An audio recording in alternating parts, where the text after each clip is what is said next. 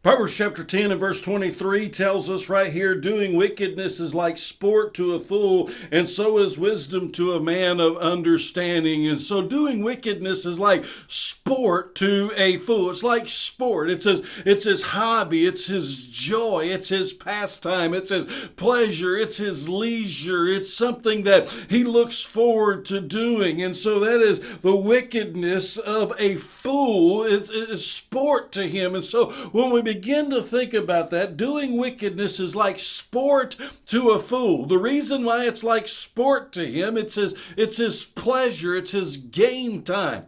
There's different people that have different types of games. Some people like playing video games. Some people like going out and playing basketball. Some people like running and jogging. Some people like just taking a stroll through the park. And, they do a variety of different things. If you live by the ocean, you enjoy surfing.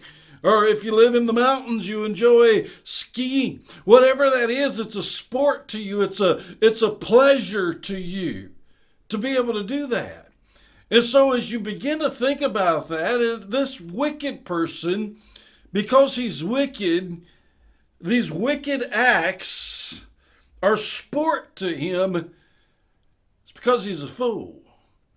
Causing harm or hurt or violence or cruelty to this world is like sport to him. People mean nothing to him. They have no value to him. They're like sport to him. But then it goes on, and again, the flip side of that coin, it says there in verse 23, I'll read the whole verse again. Doing wickedness is like sport to a fool. That's a fool. And so is wisdom to a man of understanding. And so is wisdom to a man of understanding. So just as doing wickedness is sport to a fool, so is wisdom to a man who has understanding. So the man who has understanding, wisdom is as sport to him. It's his joy, it's his leisure, it's his pleasure. It's what brings satisfaction and joy into his life, that wisdom of gaining that wisdom. And again, we're not talking about worldly wisdom right here. We're talking about God's wisdom, the wisdom of God that makes us righteous and gives us that understanding and that ability to walk in the things of God as we seek after God and we search for God and we gather that wisdom into our life to make us better men and women of God because we've come into the presence of God as we have sought him out. And really and truly what's saying right here is he is our sport.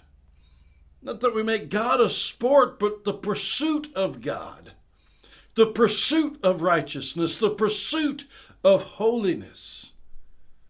It's not a game, but it's her sport, it's her joy, it's our pleasure. It's what brings true satisfaction into the life of someone with understanding. What is that understanding of? Of God, of who he is. Because the more you know him, the more you're going to want to know him. Do you know him today? Are you seeking him today? Are you pursuing him today? If not, why not? If you don't know Jesus Christ as your Lord and Savior today, turn to him. Trust in him. Call on him. Believe on him. And pursue him with everything that you have and are.